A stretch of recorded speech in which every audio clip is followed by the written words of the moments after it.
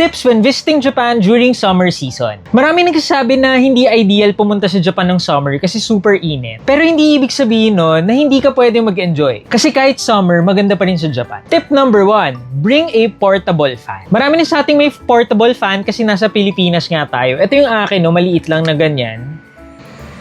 Pero mas malakas pa yung mga Jisoo Life kaysa dito. Yung Biore na negative 3 degrees na wipe, sobrang ganda. Ipapahid mo lang siya sa buong katawan mo, tapos 30 minutes may cooling sensation. Tapos suggest ko din, kunwari ito yun, di ba? Kapag may natira, ilagay niyo po dito sa necklace niyo, parang ganyan, para meron kang cooling sensation sa nape mo, parang nakaganyan. Para sulit na sulit kada tissue. Number 3, sa mga Japan Railways po, meron dyang mga areas na may cooling na waiting zone. As much as possible, actually nasa mga platform siya madalas, stay there muna bago ka sumakay ng train. Tip number 4, yung mga train station po nakakonekta sa mall. So as much as possible po, dumaan sa mall kasi malamig po doon. Ito isa pang tip, try nyo po yung mga cooling neck ring. Ayan. Yung cooling neck ring, quid siya, pero pag natatapat siya sa aircon, tumitigas siya, ayan, nagiging ice. Tapos ilalagay mo lang dito para malamigan ka. Tapos ang tip pa dito, kapag nasa mall ka or nasa mga restaurants, kung medyo malapit ka sa aircon, pwede mo siya ilabas para medyo frozen na siya ulit. Yung akin nakatapat lang dyan sa aircon, no? Ayan, ready na agad magamit. Ito bonus tip, tuwing summer, maraming mga Japanese matsuri or mga festival. Yun yung nakikita mo sa anime na mga nakayukata, tapos may mga fireworks. So depende kung saan ka pupunta, baka may nakaschedule doon na fireworks show or ng matsuri na pwede kang ma-enjoy. Maganda siyang cultural immersion para sa trip nyo. Yun lang po!